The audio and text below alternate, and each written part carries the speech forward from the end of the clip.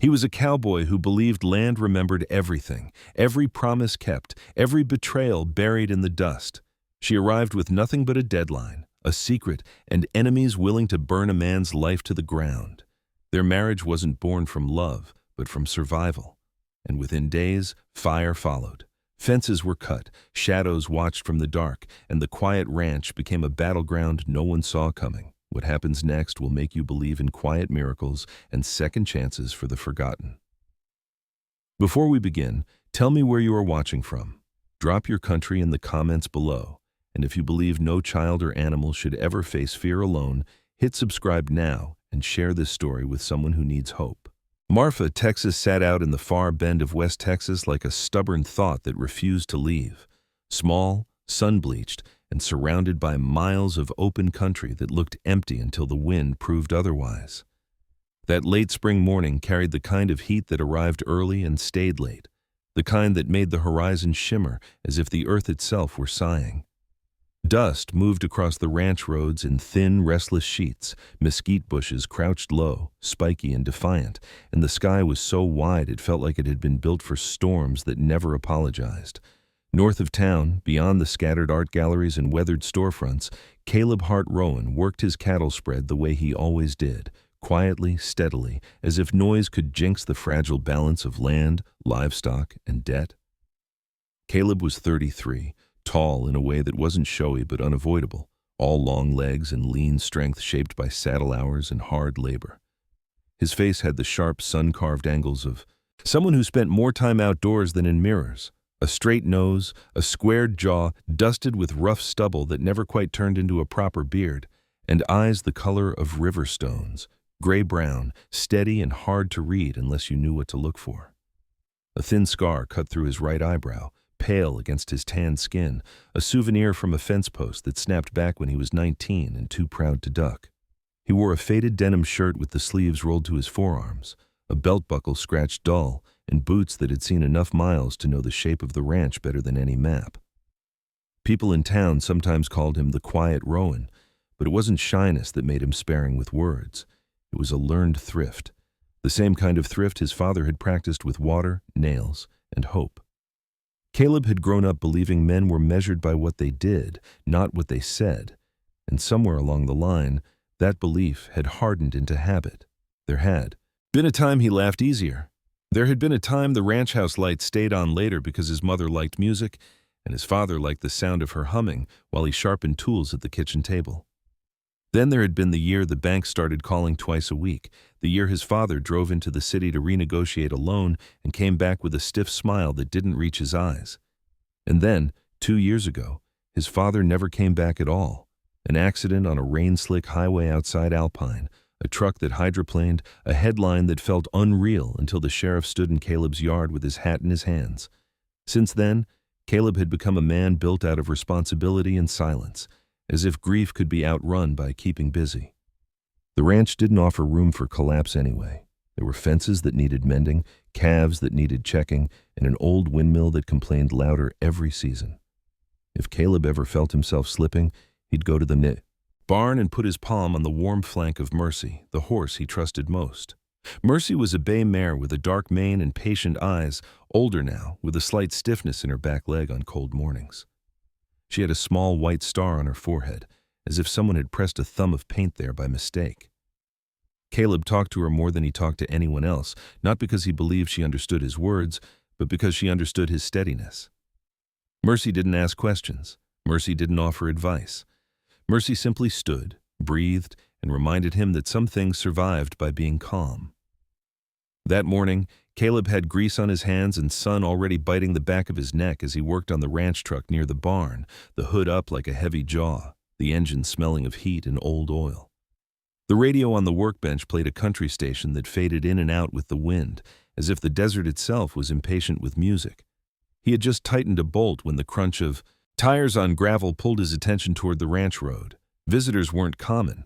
Marfa attracted tourists, sure, but they stayed close to town, taking pictures of empty landscapes and pretending emptiness was a concept instead of a daily reality. Anyone who came out to the Rowan spread usually had a reason. Caleb wiped his hands on a rag and narrowed his eyes against the glare. A silver pickup rolled in, sun flashing off the windshield, followed by a second vehicle, a dusty tan SUV that looked too clean for the ranch roads, like it had been driven carefully, as if the driver thought potholes were optional. The pickup stopped first. Out climbed a man Caleb knew well enough to greet without warmth or hostility. Sheriff Wade Harlan, 58, broad-shouldered and sun-reddened, with a slow walk that suggested bad knees and worse patience. Harlan wore his badge like it was a tool, not a trophy, and his face held the permanent squint of a man who spent too much time judging distances. Behind him, the SUV's door opened and a woman stepped out, pausing as if the heat slapped her the moment she touched the ground. She was in her early 30s, tall and slender with the kind of posture that came from boardrooms or ballet. Spine straight, shoulders set, chin lifted even when the situation tried to humble her. Her hair was a deep chestnut brown, pulled into a neat low knot that still managed to look wind-tugged. She wore a light blouse and dark jeans, practical on paper, but her boots looked newer than they should have, and the dust on them seemed offended to be there. Her skin was fair with a warm undertone, the kind that probably saw sunscreen more often than ranch sun, and yet there was something in her expression that didn't match softness. Her eyes were a sharp hazel green, alert and tired at once, as though she'd slept with one ear open for months. She held a leather folder against her side like a shield. Caleb watched her take in the ranch, the barns peeling paint, the wide pasture fences, Mercy's silhouette near the corral, and something flickered across her face. Not disgust, but calculation laced with unease. Sheriff Harlan tipped his hat. "Rowan," he called, voice rough as gravel. "Morning." Caleb nodded. "Sheriff, didn't know you were bringing company." Harlan glanced back toward the woman, then forward again, as if deciding how much he wanted to be involved in whatever this was. "This here's Ms. Eleanor Whitfield," he said. "She asked me to come out with her. Said she needed to speak with you. Sounded urgent." The woman stepped closer, and up close Caleb noticed her hands, long-fingered, clean, but with faint tension in the knuckles, like she'd been gripping a steering wheel too tightly for too many miles. She offered a hand. "Caleb Hart Rowan?" Her voice was steady, but there was an edge beneath it, the careful control of someone used to holding panic behind professional manners. Caleb hesitated half a second before shaking her hand. Her grip was firm, cooler than his, and quick, as if she didn't want the contact to linger long enough to feel personal. "That's me," Caleb said. "Most folks just call me Caleb." "Eleanor Whitfield," she replied. "People call me Nora. Thank you for seeing me." Her gaze didn't dart the way a liar's might, but it also didn't relax. She looked like someone who had learned that relaxation cost too much. Caleb leaned back against the truck fender, rag still in his hand. "You drove a long way for a thank you," he said, not unkindly, but not inviting either. Nora's lips twitched, almost a smile, almost not. "I didn't come for small talk." Sheriff Harlan cleared his throat, shifting his weight as if he'd rather be anywhere else. "I'll be over by my truck," he muttered, and walked a few steps away, close enough to hear if things went sideways, far enough to pretend he wasn't, listening. Nora drew a slow breath, the kind a person takes before stepping onto thin ice. "Mr. Rowan, Caleb, I'm going to be direct because I don't have time to be anything else." She lifted the leather folder slightly. "I need your help." Caleb's eyes moved from the folder to her face. "That depends on what you're asking." The wind tugged at the hem of her blouse. Dust swirled around her boots. For a second she looked like a figure in an old myth, a city-bred traveler dropped into a land ruled by heat and quiet laws. Then she said it, clear and impossible, like a match struck in dry grass. "I need to be married in 48 hours.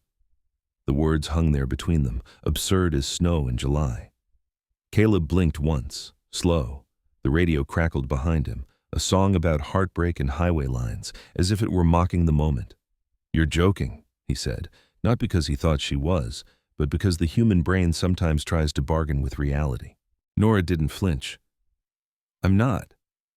Caleb let out a breath that sounded almost like a laugh, but it didn't carry humor. "You got the wrong ranch." "I don't," she said, and her voice sharpened just slightly, the way steel does when it's drawn. She opened the folder and held it out, not shoving, just offering. "This isn't a romantic thing. It's legal. It's defensive." Caleb didn't take the folder right away. He studied her face again, searching for the angle. Money, prank, desperation, all of it. What he saw instead was exhaustion and resolve braided together so tightly they looked like one emotion. He finally took the folder, flipped it open. Papers, notary stamps, a will, copies of board directives, clauses with language so precise it made his eyes ache, names he'd heard on the radio in passing. Whitfield, a foundation, land development, energy leases, ranchers being pressured off property. Caleb's thumb paused over one page. "This is big city. Business," he said, voice low. "What's it doing on my hood?" Nora's gaze didn't drop. "Because the people trying to take it don't care about cities," she said. "They care about land." She nodded slightly toward the horizon where the ranch spread out in stubborn lines. "And because I was told you don't fold." Caleb's jaw tightened, a small tell, like a gate latch catching. The desert wind kept moving, impatient. Mercy snorted softly from the corral, as if offering commentary. Caleb looked at the folder again, then up at Nora, and something in his expression changed, not into agreement, not into softness, but into attention, the kind of attention a man gives a storm when he realizes it's coming straight for his house. "Why me?" he asked. Nora's answer came without drama, but it carried weight. "Because you're isolated, independent, and you're not connected to the people who'll try to buy this outcome. And because you're close enough to their interests that your name matters." She paused, the smallest crack in her composure showing in the tightness around her eyes. "And because I don't have anyone else I can trust by tomorrow." Caleb stood very still, the folder open in his hands, dust settling on the paper edges.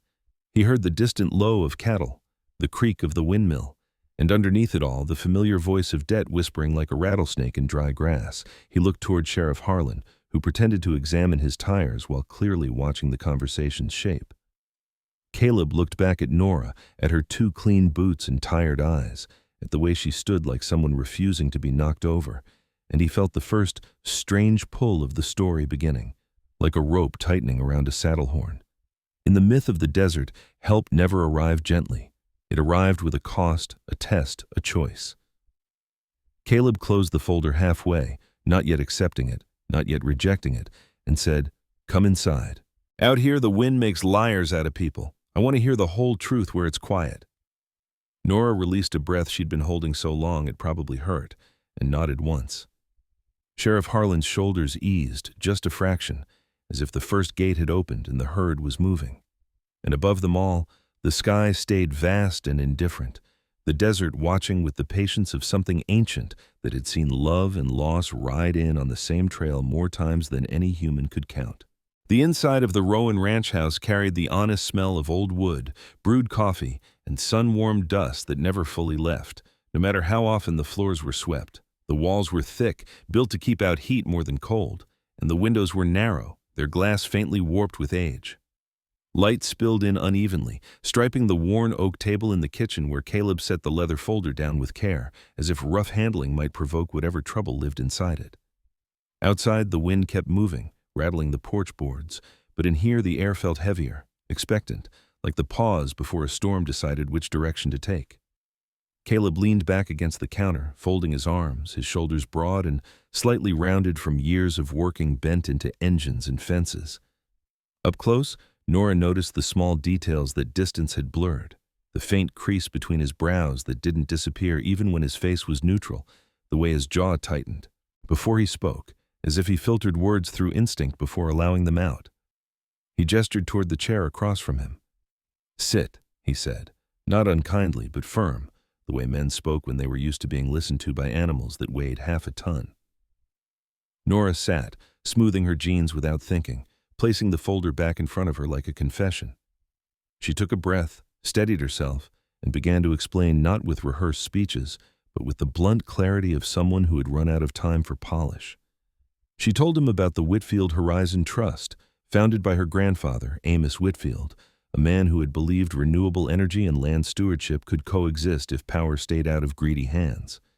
She described the board, how most members respected the legacy but followed money when pressure mounted. And then she spoke of the opposition, an investment group disguised as partners, pushing to force a merger that would sell leases cheaply, push small landowners off property, and strip protections in the name of efficiency. Her voice stayed even, but her fingers curled around each other in her lap, betraying the strain. "The clause is old," she said, "written when my grandfather still believed family would protect family. If I'm unmarried by 31, control shifts to the next heir." Caleb's eyes lifted. "You said 48 hours," he said. "That doesn't sound like 31. Nora's mouth tightened. "The board accelerated the vote. They claim instability. I call it sabotage." Caleb nodded once. He understood sabotage. It usually arrived dressed as procedure. He flipped through the papers again, slower this time, letting the language settle. "You're asking me to be your husband," he said, stating it plain. "On paper, long enough to block this transfer." "Yes." "And after?" She hesitated, then answered honestly. "After we reassess." Caleb huffed a breath through his nose. "That's a dangerous word." He pushed off the counter and moved toward the sink, rinsing grease from his hands even though the conversation had dirtied them again. As the water ran, Nora's gaze drifted to the small framed photograph on the shelf above the sink. A younger Caleb, thinner, smiling beside a broad-shouldered man with the same eyes and a woman whose hand rested lightly on his arm. The smile in the photo looked like something that had been earned, not assumed. Caleb noticed her looking. "My folks," he said. "They built this place by not trusting easy solutions." He shut off the tap and turned back to her. "So if I do this, it won't be because you need a signature. It'll be because I believe the mess you're trying to stop is worse than the one we'll create." Nora met his gaze. "I wouldn't be here if it wasn't."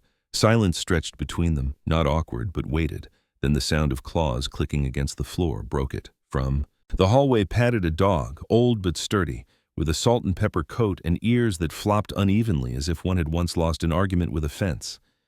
His muzzle was gray with age, his eyes amber and alert, watching Nora with cautious curiosity. "That's Blue," Caleb said. "He's 12. Thinks he runs the place." Blue stopped near Caleb's leg, leaned into it, then sat, tail thumping once against the floor in a verdict that felt cautiously approving. Nora smiled despite herself. "He looks like a judge." "He is," Caleb said, harsh but fair. As if summoned by timing alone, another sound rose from outside, the deep rhythmic thud of hooves approaching the fence. Mercy's silhouette passed the window, her head lowering to peer in with mild interest.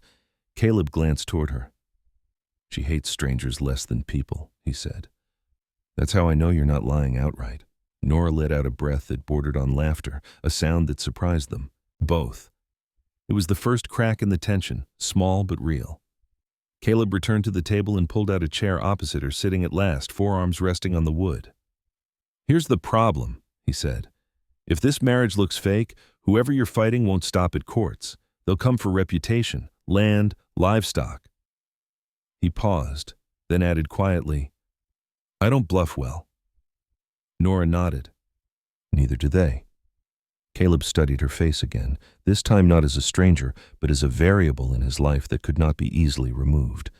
"You picked me because you think I can't be bought," he said. "That cuts both ways. If I agree, there will be rules. Shush. Name them." "We don't lie," he said. "Not to the board, not to neighbors. If we don't know something, we say so. Second, this ranch doesn't become a stage. No photographers, no statements from my porch." Nora nodded immediately. "Agreed." "Third," he continued, "if this stops, being just paper, we acknowledge it. I won't play pretend where real things are concerned."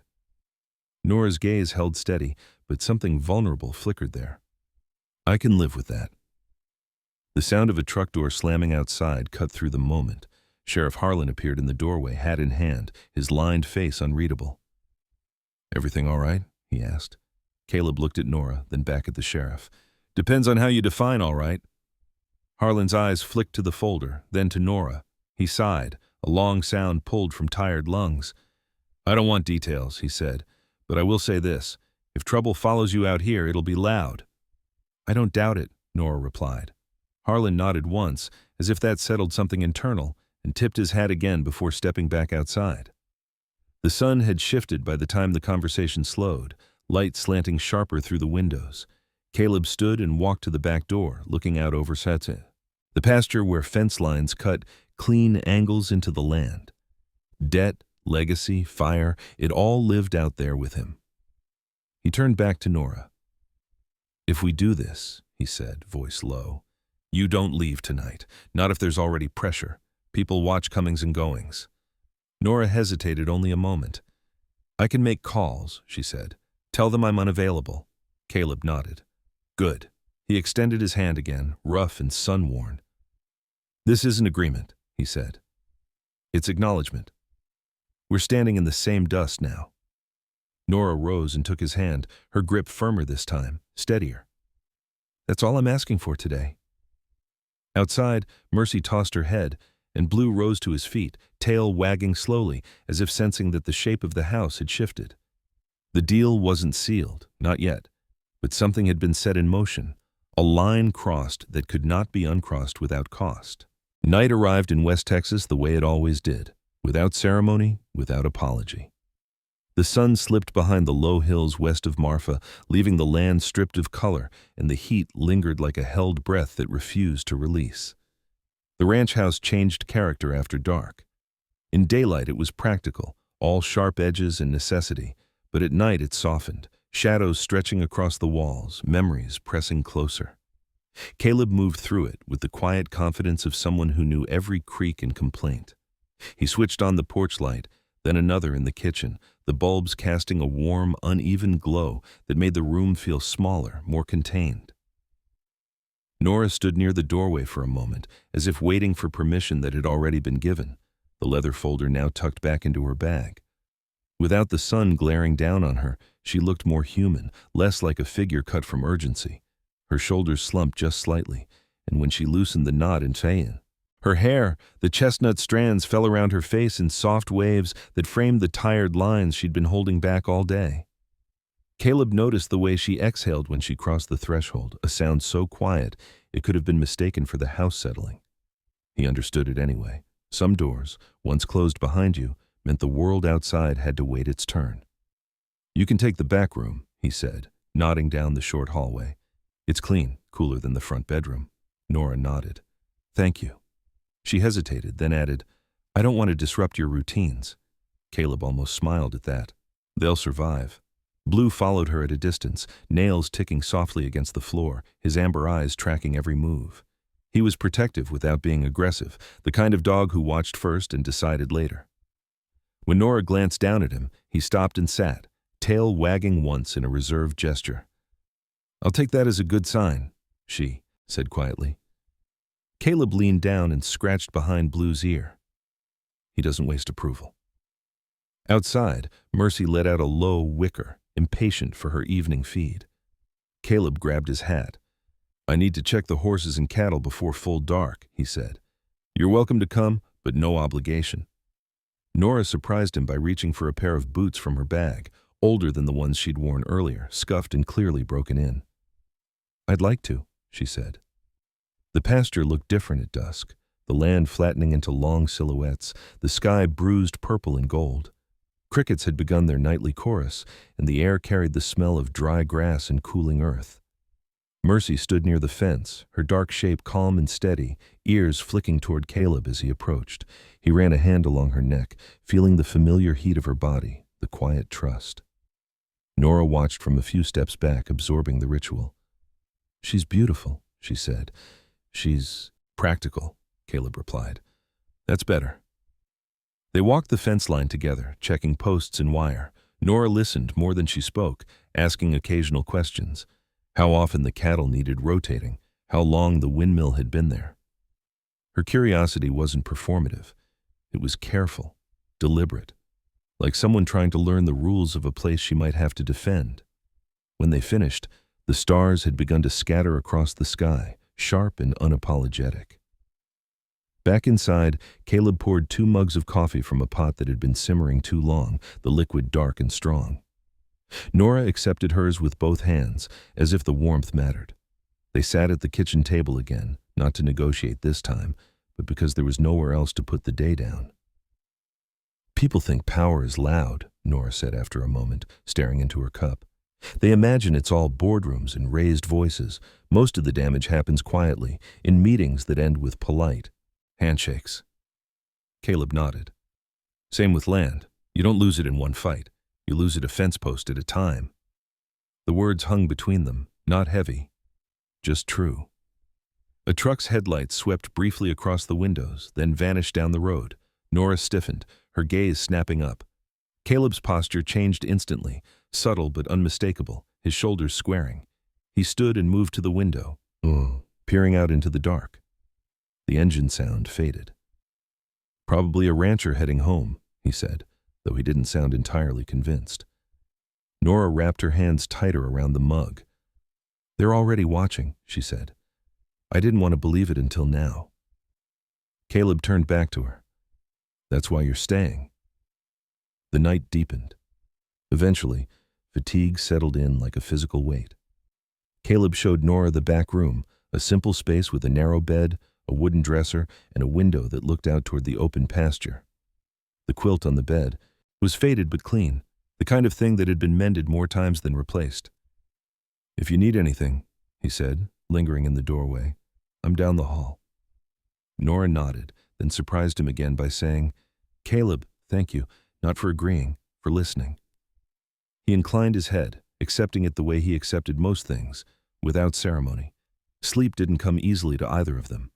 Caleb lay awake, staring at the ceiling, listening to the sounds of the ranch at night, wind in the grass, distant lowing, Blue shifting his weight in the hallway. He thought about the folder on the table, about the way Nora's voice had tightened when she talked about her grandfather, about how trouble never arrived in clean lines. Down the hall, Nora sat on the edge of the bed, phone pressed to her ear, speaking in low tones to someone back in Austin. No, she whispered. I'm not coming back tonight. Yes, I know the optics. Trust me. She hung up and stared out. The window at the stars she didn't recognize, the vastness making her feel smaller and steadier at the same time. She thought about the risk she'd taken driving out here, about the man in the next room who had looked at her like a problem to be understood, not a prize to be won. Near midnight, a sound cut through the quiet, a sharp crack like wood snapping.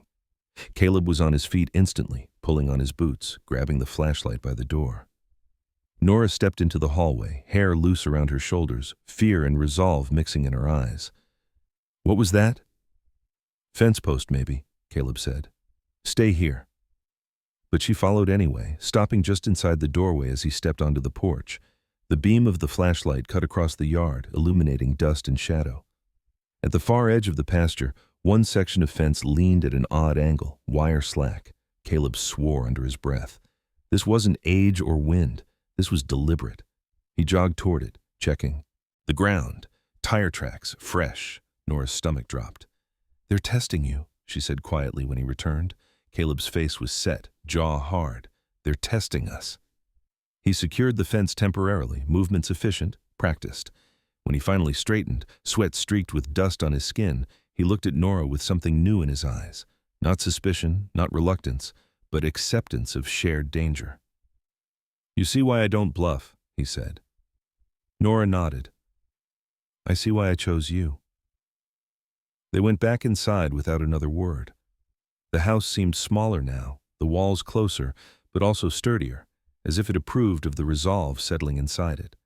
When they finally retreated to their separate rooms, the silence felt different. Not empty, but watchful. Outside, the desert held its breath, and somewhere beyond the fence line, something had learned that this ground was no longer unguarded. Morning broke over the Marfa Plains with a hard, unforgiving light, as if the desert had decided that whatever had happened in the night would not be softened by dawn. The sky was already pale and wide when Caleb stepped onto the porch, coffee mug in hand, boots crunching against gravel, still cool from darkness. Sleep had been shallow and restless, the kind that left the body technically rested but the mind sharpened to an edge. He scanned the pasture instinctively, eyes tracing the fence line that had been damaged hours earlier. From a distance, it looked whole again, but Caleb knew better. Repairs made in the dark were promises, not solutions.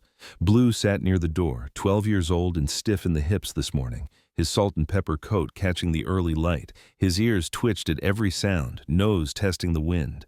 He had been a ranch dog long enough to know the difference between ordinary quiet and the kind that followed trespass. Inside the house, Nora woke to unfamiliar tumtsumth sounds, the low creak of floorboards, the hiss of coffee brewing, the muted clank of a gate being lifted somewhere outside. For a moment, Disorientation pressed in, then memory snapped into place with uncomfortable clarity. She sat up on the narrow bed, running a hand through her loose hair, the room still dim despite the brightness outside. The quilt smelled faintly of soap and sun, not luxury, not neglect, just use. She dressed quickly, choosing simple clothes that wouldn't draw attention, and stepped into the hallway. Caleb was already moving with purpose, pulling on gloves, his denim shirt buttoned high against the sun. He looked up when he saw her, eyes alert but not surprised. "Morning," he said.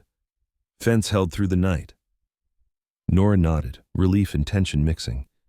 "That doesn't mean it will tonight." "No," Caleb agreed. "It doesn't." They ate a quiet breakfast, eggs, toast, coffee strong enough to wake the dead. The silence wasn't awkward. It was focused. Outside, the day was already warming, heat crawling across the land with deliberate patience. Afterward, Caleb grabbed his hat and keys. "We're going into town," he said. Nora blinked. "Together?" "If we're doing this," he replied evenly, "we don't hide." The drive into Marfa was short but revealing. The ranch gave way to open road, then to low buildings baked into the landscape. Art galleries sat beside feed stores, tourists beside locals who could trace family lines back generations. Heads turned as Caleb's truck rolled past, not because of him, he was a familiar fixture, but because of the woman in the passenger seat. Nora felt the weight of those glances, the unspoken questions, and kept her posture steady. They stopped first at a small law office near the edge of town, a squat adobe building with faded lettering on the window, Hollis and Finch, attorneys at law. Inside, the air was cooler, scented with old paper and lemon cleaner. Behind the chandeliers desk stood Earl Finch, a man in his late 60s with a narrow face, wire-rimmed glasses, and a mustache trimmed with almost obsessive precision. He wore a pressed shirt despite the heat, suspenders pulled tight over his shoulders, and his eyes sharpened with interest when he saw Caleb enter with company. "Rowan," Finch said, voice dry as parchment, "you don't come in unless the ground's shifting." Caleb nodded. "This is Nora Whitfield." Finch's brows lifted a fraction. "Whitfield," he repeated, recognition clicking into place. He gestured toward the chairs. "Sit." As Nora laid out the situation, condensed, factual, stripped of drama, Finch listened without interruption, fingers steepled beneath his chin. He had practiced law in West Texas long enough to know when a storm was passing through. "Marriage," he said finally, glancing between them. "Fast ones get scrutinized, especially when money's involved." "We know," Nora said. Finch turned to Caleb. "You understand what this puts you in line for?" Caleb met his gaze. "I understand risk." Finch studied him for a long moment, then nodded. "That's usually enough." They discussed logistics, licenses, witnesses, timelines. Nothing romantic, everything urgent. When they left the office, the sun was high, the street shimmering. Outside the courthouse, an older woman waved from across the street. "Caleb Rowan," she called. Her name was Martha Lee, a widow in her 70s with silver hair pulled into a bun and eyes sharp enough to miss nothing. She had run the local diner for 40 years and knew every story worth knowing. She eyed Nora with frank curiosity. "Didn't know you were bringing guests into town," she said. Caleb didn't flinch. "Things change," Martha smiled slowly. "They always do." Nora returned the smile, recognizing the unspoken warning beneath it. By the time they drove back to the ranch, the heat had settled into a relentless wait. Caleb stopped the truck near the damaged fence and got out, examining the repair in full daylight. The tire tracks were clearer now, wide, deliberate, not local. Nora crouched beside him, studying the impressions. "They weren't trying to get in," she said. "They were sending a message." Caleb's jaw tightened. Messages get answered. As they worked to reinforce the fence properly, new posts, deeper set, something shifted between them. This wasn't symbolic labor, it was practical, sweaty, necessary. Nora's hands blistered quickly, unused to the tools, but she didn't stop. Caleb noticed and said nothing, handing her gloves instead. When a truck slowed on the road, both of them looked up in unison.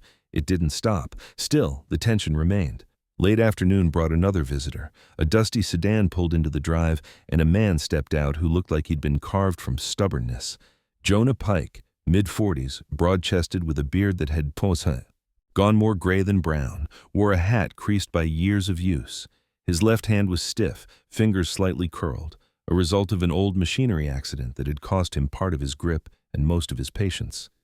He owned the neighboring ranch and trusted few people outside his fence line. "Fence trouble?" Jonah asked, eyeing the posts. Caleb nodded. "Someone testing boundaries." Jonah's gaze shifted to Nora, assessing. "You bring city problems out here?" His tone wasn't hostile, just wary. Nora met his stare. "I bring honesty," she said, "and I don't expect protection I haven't earned." Jonah considered her, then spat dust aside. "Fair enough." He turned to Caleb. "You need an extra set of eyes tonight. I'll ride the perimeter." Caleb inclined his head. "Appreciate it." As Jonah drove off, Nora exhaled slowly. "He doesn't like me." "He doesn't like anyone," Caleb said. "That's how you know he's decent." Evening came again, slower this time, as if the land itself was watching what would happen next. They sat on the porch with plates balanced on their knees, eating quietly. The decision loomed between them now, no longer abstract. "We can still walk away," Nora said softly. Caleb looked out at the darkening pasture, then back at her. "Walking away won't stop what's coming," he said. "It just decides where you stand when it hits." Nora nodded. She reached into her bag and pulled out the folder again, placing it on the table between them. "Then, tomorrow," she said, "we make it legal." Caleb rested his hand on the wood beside it, not touching, but close enough to feel the weight. "Tomorrow," he agreed. The desert cooled slowly, stars emerging one by one. Somewhere beyond the fence line, a coyote called, and Blue lifted his head, listening. The line had been crossed the night before. By morning, it would be reinforced with more than wire and posts. It would be bound by choice. The courthouse in Marfa did not pretend to be anything more than it was. A low, rectangular building of pale stone and sun-faded brick, it sat back from the road with a flag that snapped sharply in the dry morning wind, as if even the fabric understood the urgency of the day. By the time Caleb parked the truck, the heat was already rising off the pavement in thin, wavering sheets. He cut the engine and sat for a moment, hands resting on the steering wheel, eyes fixed on the entrance. This was not nerves in the way movies like to dress them. This was calculation, an inventory of risk, consequence, and the quiet understanding that some doors only opened one way. Nora straightened in the passenger seat, smoothing the front of her simple dress. It was light-colored, knee-length, unadorned, chosen not to be remembered. Her hair was pulled back again, practical and restrained, but her eyes gave her away. They were steady, yes, but alert in the way of someone who had learned to scan rooms before trusting them. "We can still pause," she said, not because she wanted to, but because honesty had become their shared language. Caleb shook his head once. "Pausing doesn't make storms miss you." Inside, the courthouse smelled of floor polish and old paper. The hallway echoed with their footsteps, louder than expected. A few people waited on benches, locals renewing licenses, a couple arguing softly in Spanish, a man asleep with his hat tipped over his eyes. Nobody looked up long enough to make a moment of it. That anonymity felt like mercy. At the end of the hall, Judge Helen Armitage waited in a small office that doubled as a ceremonial room. She was in her early 60s, tall and spare, with iron gray hair cut short and a face lined not by bitterness but by years of paying attention. Her eyes were pale blue and assessing, the kind that had learned to separate performance from truth. She wore her robe loosely, as if she preferred not to let it define her. "Mr. Rowan, Ms. Whitfield," she said, voice calm, professional. "I understand we're working on a compressed timeline." Nora nodded. "Yes, Your Honor." The judge studied them for a beat longer than necessary, then gestured to the chairs. "Sit." Earl Finch stood near the wall, hands clasped behind his back, his mustache twitching slightly as if he were holding back commentary. He gave Caleb a brief nod that meant, "This is happening whether you blink or not." 2 witnesses were present, as required. One was Martha Lee, who had insisted on coming when she heard the rumor before breakfast. She wore a floral dress and sensible shoes, her silver hair immaculate, eyes bright with curiosity that she made no effort to hide. The other was Jonah Pike, hat in hand, beard freshly trimmed as if he'd taken the occasion seriously despite himself. He stood stiffly, his injured hand tucked into his pocket, posture guarded but respectful. The judge began with the legal language, words that carried weight not because of poetry but because of enforcement. She asked their names, ages, places of residence. She asked if either was under duress. Nora answered clearly. Caleb answered simply. When it came time for consent, there was a pause. Not long, but long enough to matter. Caleb glanced at Nora, not to check her resolve, he trusted that, but to acknowledge the shared ground they were stepping onto. She met his look without flinching. "I do," she said. Caleb's voice followed, lower, steadier. "I do." There were no rings, no kiss. The judge signed the papers, stamped them with finality, and closed the folder. "Then, by the authority vested in me by the state of Texas," she said, "you are legally married." She removed her glasses and looked at them both, something almost human softening her expression. "I've seen a lot of reasons people stand where you're standing," she added quietly. "Not all of them hold. Make sure yours does." Outside, the city, sun seemed brighter, harsher, as if it resented the lack of ceremony. Martha clucked her tongue. "Well," she said, smiling broadly at Nora, "welcome to Marfa, dear. It doesn't forgive foolishness, but it rewards grit." Jonah gave a single nod. "Fence line's quiet," he told Caleb. "For now." Nora thanked them both, her gratitude genuine, her awareness keen. This wasn't support yet. It was observation. The drive back to the ranch was silent, not uncomfortable, but charged. Halfway there, Caleb's phone buzzed. He glanced at it, jaw tightening. "Word travels fast," he said. "Who?" Nora asked. "Bank," he replied, "and someone else." He didn't elaborate. At the ranch, the first sign that the news had already spread came in the form of a drone, a small, dark shape buzzing high above the pasture like an insect with intent. Caleb stopped short, shading his eyes. "That's new." Nora's mouth tightened. "They're documenting," the drone circled once, then veered away. "Let them," Caleb said. "This land doesn't scare easy." Afternoon brought heat and waiting. Nora took calls from Austin, her tone crisp, controlled. Caleb worked the cattle, muscles moving on instinct, but his mind replayed the judge's words, the feel of the paper beneath his palm when he signed. Marriage, reduced to ink and timing, felt strangely heavier than expected. Near dusk, a pickup rolled in unannounced. A man stepped out who did not belong. He was in his late 30s, clean-shaven in a way that looked deliberate, wearing boots too polished for ranch dust. His hair was dark, neatly combed, his smile practiced. "Caleb Rowan," he called. "Name's Grant Hollower." He extended a hand that Caleb did not immediately take. Grant's eyes flicked briefly toward Nora, measuring. "I represent interests that prefer clarity," Grant continued. "Congratulations are in order." Nora stepped forward, her presence calm but unmistakable. "If you have business," she said, "you can address it plainly." Grant's smile widened just enough to be unsettling. "Business is exactly what this is." Caleb crossed his arms. "Then get to it." Grant lowered his hand. "You're standing in the way of something larger than either of you. Marriages of convenience have a way of collapsing under scrutiny." Caleb's gaze hardened. "So do threats." Grant chuckled softly. "This isn't one, it's advice." He tipped his head, turned, and drove off without another word. The quiet he left behind felt polluted. Nora exhaled slowly. "That was fast." "That was expected," Caleb said. As night fell, they sat on the porch again, blue at their feet, Mercy a dark shape beyond the fence. The stars came out sharp and plentiful. "We crossed the line this morning," Nora said. Caleb nodded. "Now we hold it." Somewhere out in the dark, engines moved, plans adjusted, eyes turned toward the ranch. But inside the circle of light on the porch, there was steadiness. Not romance, not yet, but alignment. And in West Texas, that was often enough to survive the first wave. The first sign that words had lost their usefulness came before sunrise, when the ranch woke to a sound that did not belong. Caleb was already half awake, trained by years of listening for trouble the way other men listened for alarms.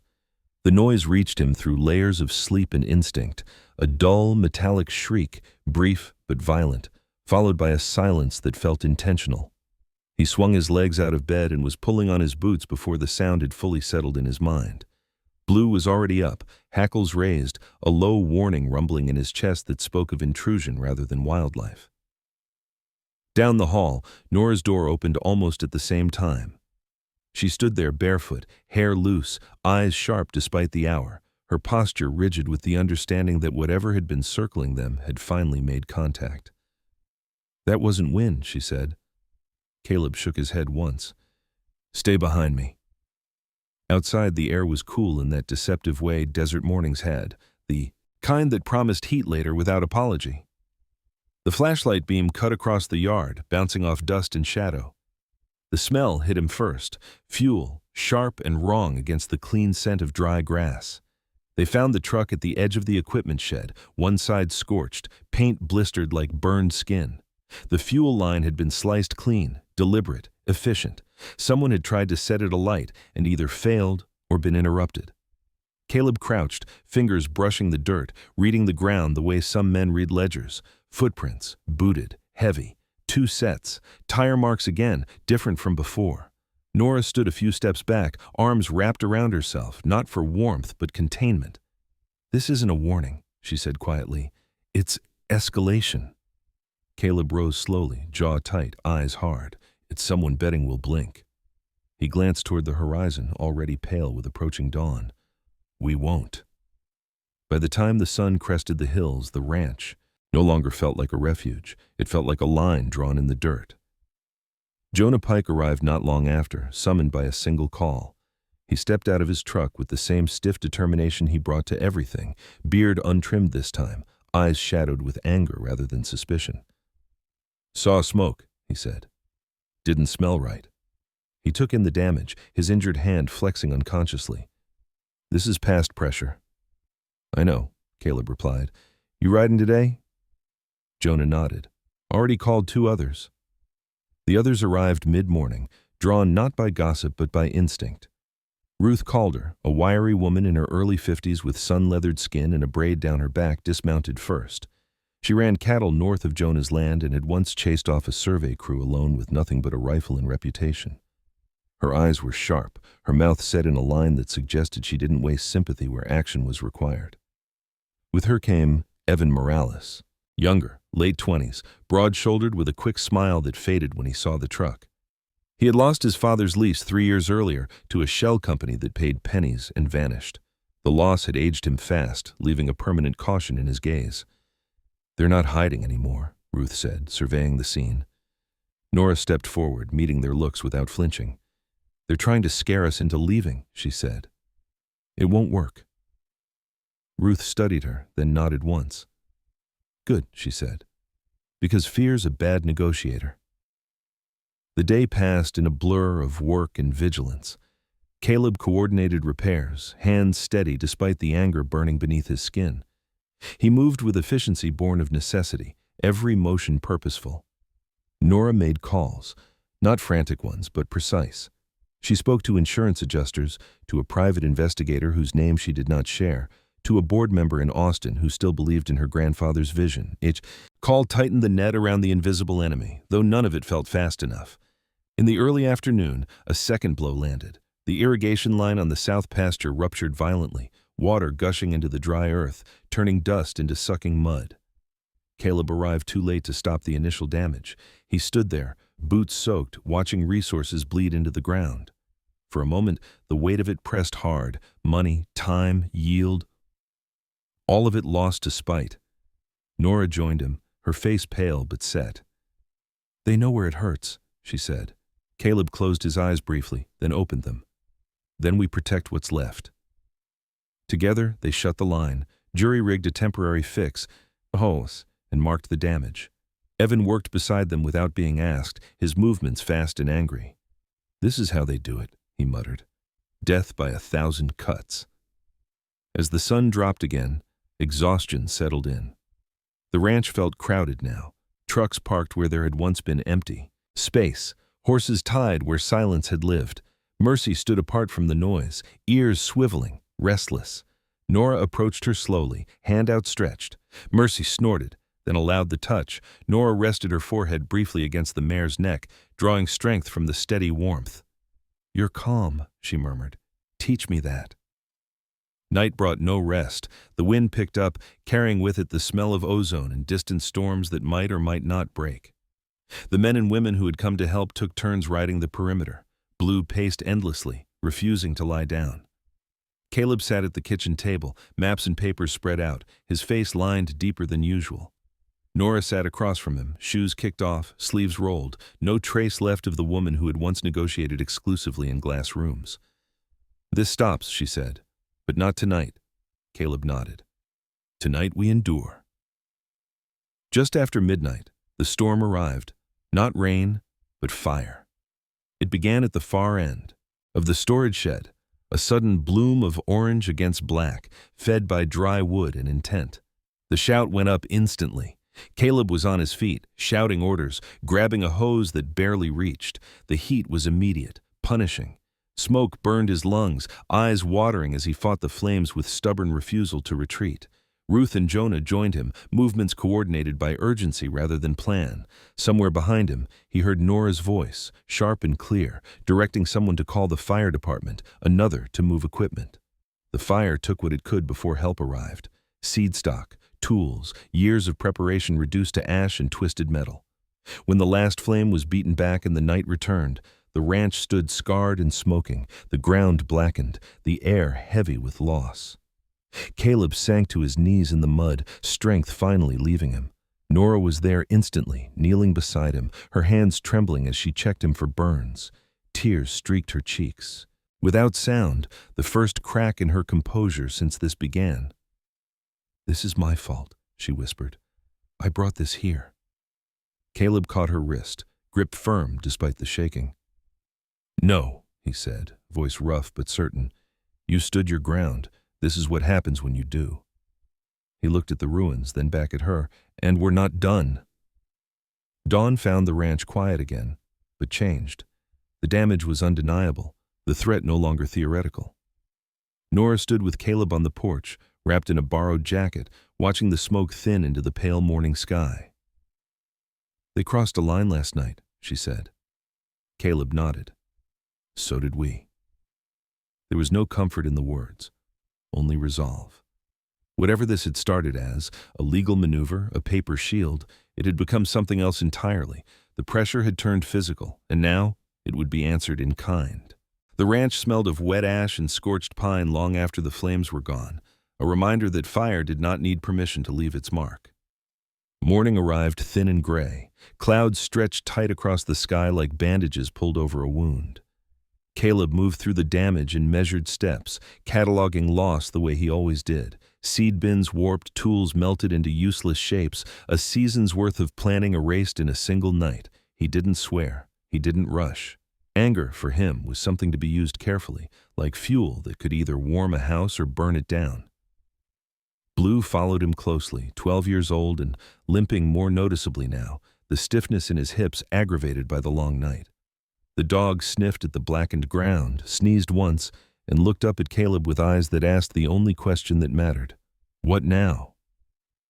Nora stood near the porch, wrapped in Caleb's spare jacket, sleeves too long for her arms. Her hair was tied back hastily, face pale but composed. She had already been on the phone twice since dawn, voice low and precise, gathering threads and tying them tight. When she joined Caleb by the ruined shed, she didn't offer comfort. She offered clarity. "The board called an emergency verification hearing," she said. 48 hours. Caleb looked at her. "To question the marriage. And everything attached to it," Nora replied. "They're going to claim fraud, collusion. They'll try to paint you as a front." Caleb exhaled slowly. They won't like what they find. By mid-morning, the ranch was no longer just a ranch. It was a staging ground. Earl Finch arrived with a briefcase and a face set into lines of stubborn professionalism.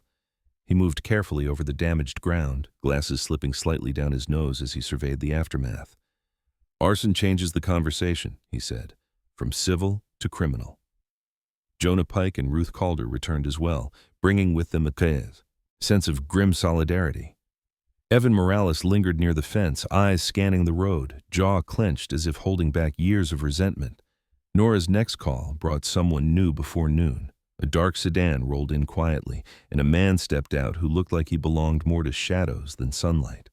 Marcus Hale was in his early 40s, lean to the point of severity, with close-cropped hair already streaked with gray and a beard trimmed short enough to look intentional. His eyes were sharp and restless, the kind that never stopped evaluating angles. He wore a plain jacket despite the heat and moved with an economy that suggested former law enforcement. "Private investigator," he said, offering a card to Caleb. "I don't miss details." He crouched immediately at the edge of the burn, photographing tire tracks, measuring distances, collecting fragments with gloved hands. "Fire tells stories," Marcus said. "People think it erases evidence. Mostly it rearranges it." Nora watched him work, relief threading through her tension. "I need something undeniable," she said.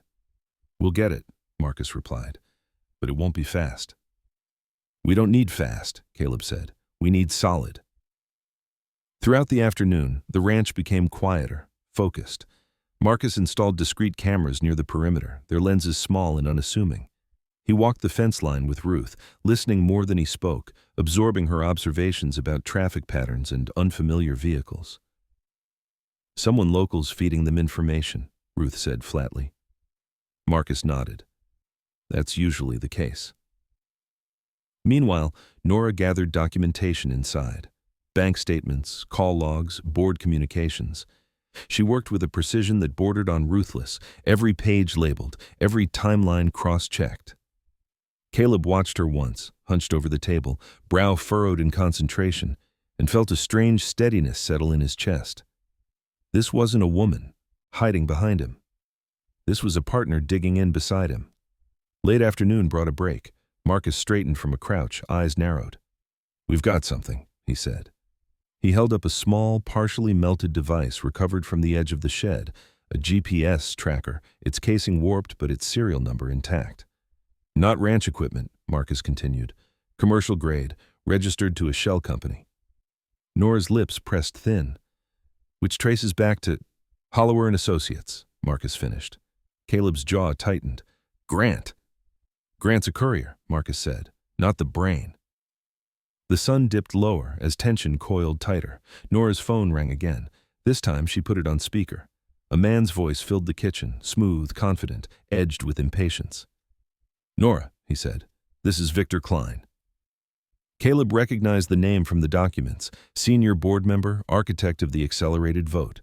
Victor Klein was in his late 50s, silver-haired and immaculately groomed, known for smiling while delivering ultimatums. "You're running out of goodwill," Klein continued. "The board needs assurances. Your marriage raises questions." Nora's voice was steady. "Your partners burned my husband's land." A pause. "Allegations," Klein said. "Evidence," Nora replied, "and more coming."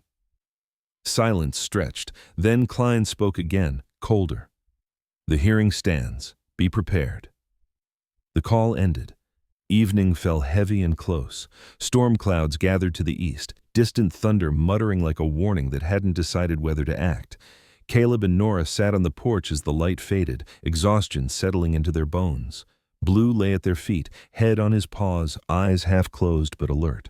Mercy paced the fence, restless, sensing the unease. "If this goes wrong," Nora said quietly, "they'll come after you personally, legally, financially." Caleb nodded. "They already are."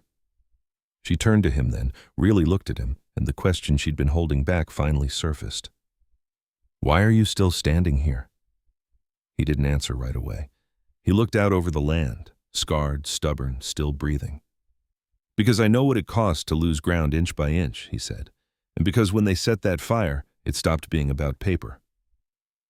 Night brought movement. Near midnight, one of Marcus's cameras pinged, motion at the far road. They watched the feed on a tablet as a familiar truck slowed, then stopped. Grant Hollower stepped out, phone pressed to his ear, pacing. Marcus's eyes narrowed. "He's sloppy," he said. "Or desperate." They recorded everything, Grant's calls, his proximity to the property line, the way he photographed the damage. When the truck finally left, the air felt different, charged with possibility. Dawn came fast. By morning, Marcus had enough to present: GPS data, footage, transaction links. Between shell companies and board-aligned investors, Nora organized it all into a clean, brutal narrative. "This won't just save the marriage," she said. "It'll burn their cover." Caleb met her gaze. "Then let it burn." They left for Austin before noon, the ranch quiet behind them, watched over by Jonah and Ruth. As the truck pulled onto the highway, Nora reached for Caleb's hand, not for show, not for comfort, but for grounding. He squeezed back once, firm. Ahead of them waited a room full of power, polished tables, and men who believed leverage was the same as truth. Behind them stood scorched earth and evidence that remembered everything. The line had been crossed days ago. Now it would be defended in daylight. Austin greeted them with glass and glare, a city that reflected itself endlessly until truth felt optional. The boardroom sat high above the street, walls of clear windows pulling the sky into the room as if height alone conferred authority. Caleb had changed clothes, clean shirt, pressed enough to signal respect without pretending he belonged. The angles of his face looked sharper here, his stubble more deliberate, his posture a practiced stillness learned from years of weighing animals and weather. Nora stood beside him, spine straight, suit cut to move rather than decorate, hair pulled back with a precision that hid exhaustion but not resolve. She carried a single folder, thin, efficient, because anything heavier would have been a lie. Earl Finch took a seat along the wall, legal pad open, pen poised like a metronome. Marcus Hale lingered near the door, unobtrusive, eyes tracking exits and faces with the calm vigilance of a man who trusted patterns more than promises. The board. Members filed in with the confidence of people used to rooms rearranging themselves around their schedules. Victor Klein arrived last. He wore a charcoal suit that fit perfectly, silver hair combed back as if disorder had never touched him, and a smile that settled on his face like an apology that didn't mean to be believed. He nodded at Nora with practiced familiarity and glanced at Caleb with the briefest curiosity, the way one might look at a tool to assess whether it would break before the job was done. At Klein's side sat Marjorie Feld, the board's counsel, mid-40s, dark hair and a sleek bob, eyes alert behind rectangular glasses. She was known for winning without raising her voice, for turning process into pressure until opponents mistook compliance for choice. She placed her tablet on the table and waited. The chair called the hearing to order. The language was polite. The purpose was not. Klein spoke first, voice smooth. He outlined concerns, the speed of the marriage, the proximity to contested assets, the appearance of conflict. He framed it as stewardship, as care for legacy, as protection from embarrassment.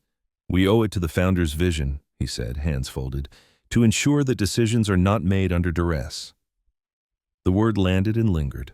Nora listened without interruption, chin lifted, eyes steady. When it was her turn, she did not counter with emotion. She countered with sequence. She laid out dates and times, decisions and responses, the board's acceleration of the vote, the pressure exerted through intermediaries. She spoke of the ranch not as a symbol, but as a fact. Coordinates, water rights, yields. She named the sabotage plainly.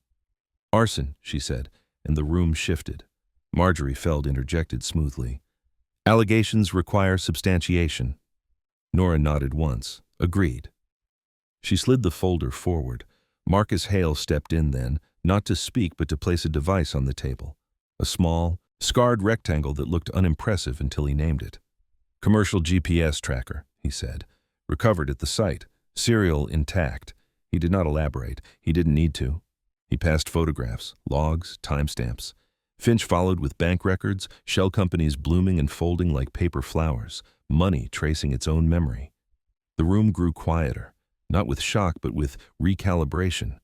Klein's smile tightened. "Circumstantial," he said lightly. "Coincidence does a lot of work in stories like this." Caleb leaned forward then, not aggressive, just present. "Coincidence doesn't cut fuel lines," he said. His voice was low, even, and it carried. "It doesn't set fires at 2 a.m. He met Klein's gaze and did not blink. The room watched the exchange the way rooms do when power is deciding where to sit. Marjorie Feld cleared her throat. "Mr. Rowan, please direct, Caleb didn't raise his voice. "You asked whether this marriage is real," he said. "It is legal, it is public, and it is the reason people decided to burn my land." He paused. "That doesn't make it convenient. It makes it costly." There was a brief silence, and in it, something like respect crept in, uninvited, unwelcome, undeniable. The chair asked for a recess. Klein stood immediately, phone in hand, and crossed to the windows. Nora stayed seated, hands folded, breathing measured. Caleb reached for her hand under the table. This time it wasn't strategy, it was steadiness. When the board returned, Klein's face had lost some of its polish. The chair spoke carefully. The board would suspend the verification pending criminal investigation. Control would remain with Nora. Any further interference would be referred to authorities. The words were procedural. The effect was seismic. Klein stood. "This is a mistake," he said. "You're choosing sentiment over structure." The chair met his eyes. "We're choosing evidence." Security appeared quietly. Klein's jaw set, and for a moment the mask slipped, revealing irritation edged with something like fear. He gathered his things and left without another word. Outside, the heat pressed in again, familiar and grounding. Nora exhaled, a sound that had been waiting days to leave her body. Caleb felt the weight in his chest loosen, not vanish, just shift into something bearable. They returned to the ranch by dusk. Jonah and Ruth waited at the gate, hats in hand. Evan leaned against his truck, arms crossed, hope flickering uncertainly. Marcus followed with news. Warrants were moving. Grant Hollower had been detained for questioning. Threads were tightening. The ranch looked smaller than Austin's towers, but truer. Smoke scars remained, but the air felt cleaner. Blue greeted them with a stiff wag, age and loyalty written into every step. Mercy stood calm at the fence, ears forward, the steadiness of her presence a reminder that endurance was not the same as stagnation. Weeks passed without sirens. Insurance adjusters argued and relented. Replacements arrived in crates and pallets. Neighbors showed up with tools and quiet jokes. Work shared without fanfare.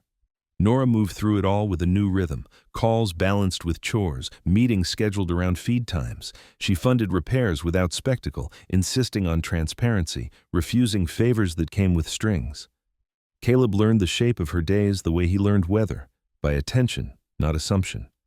One evening, as the sky softened into gold, Caleb stood by the rebuilt shed and watched the last light settle on clean boards. Nora joined him, boots dusty, sleeves rolled. "We did what we had to," she said. Caleb nodded. "We did what was right."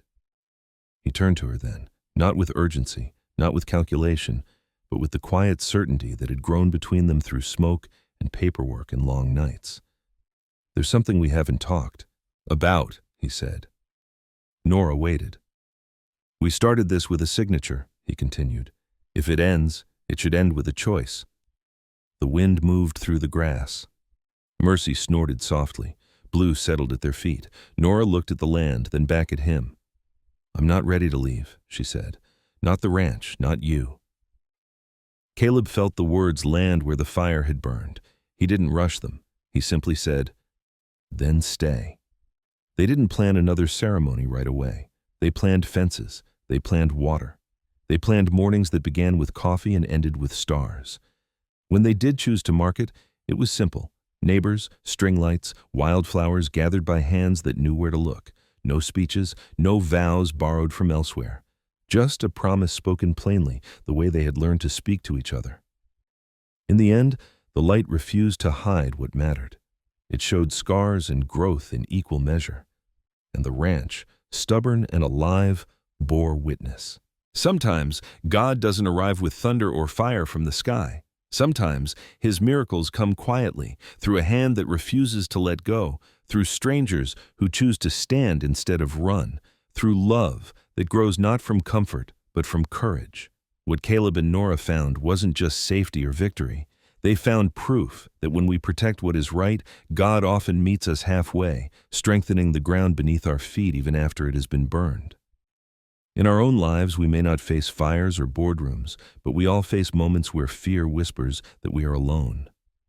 This story reminds us that we are not, that faith still works in ordinary places, that second chances are real, and that no heart, human or animal, was ever meant to endure fear alone. If this story touched you, share it with someone who needs hope today. Tell us in the comments where you're watching from and what quiet miracle you're still praying for.